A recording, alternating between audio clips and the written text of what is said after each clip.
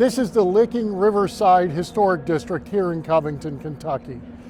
It is a beautiful early settlement area here in the city. It's one of the first places that people settled in Kenton County, and it has a history really back to some of the first explorers, guys like Christopher Gist may have seen this area in 1751. It's a very beautiful walk. It's a beautiful place to come.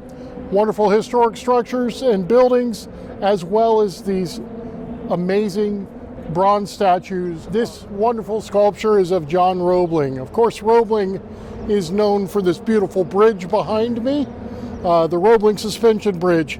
Now, his family was not only architects and designers, engineers, they also had a wire company to make wire rope, which was pivotal to the design of the suspension bridge. This bridge was built before the later Brooklyn Bridge, which he actually died while building the Brooklyn Bridge.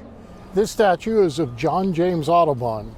Now, Audubon had came to northern Kentucky and actually the Cincinnati area around 1819, where he worked for the Western Museum, guys like Daniel Drake and others, and he also took time right in this area to sketch local birds like the cliff swallow. Now, Audubon, of course, is an artist who is famous for his work on documenting the birds of North America and sketching birds.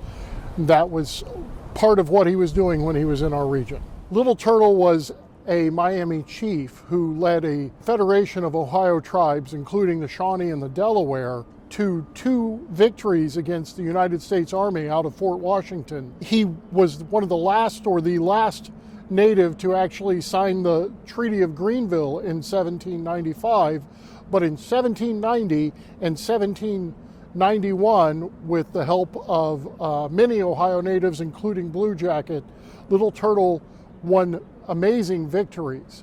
Now, Little Turtle, his family was in the area, and actually his uncle was someone known by one of the first European explorers to write about the lands that we call northern Kentucky, a man named Christopher Gist. This sculpture is of James Bradley. Now, James had been born a slave in 1800, and through the course of his life, he moved a few places, ends up in Arkansas as a teenage boy, and starts working in other farms from his masters, and is able to raise enough money to buy his own freedom. He had gathered about $700 to buy his freedom. He came back to northern Kentucky, where he'd lived once before in his childhood, and eventually crossed the Ohio River very close to this location, and goes and studies at Lane Seminary in Cincinnati, and is part of really the Lane Seminary debates. He really was a major abolitionist in our local region, said that what a slave wanted was liberty and education.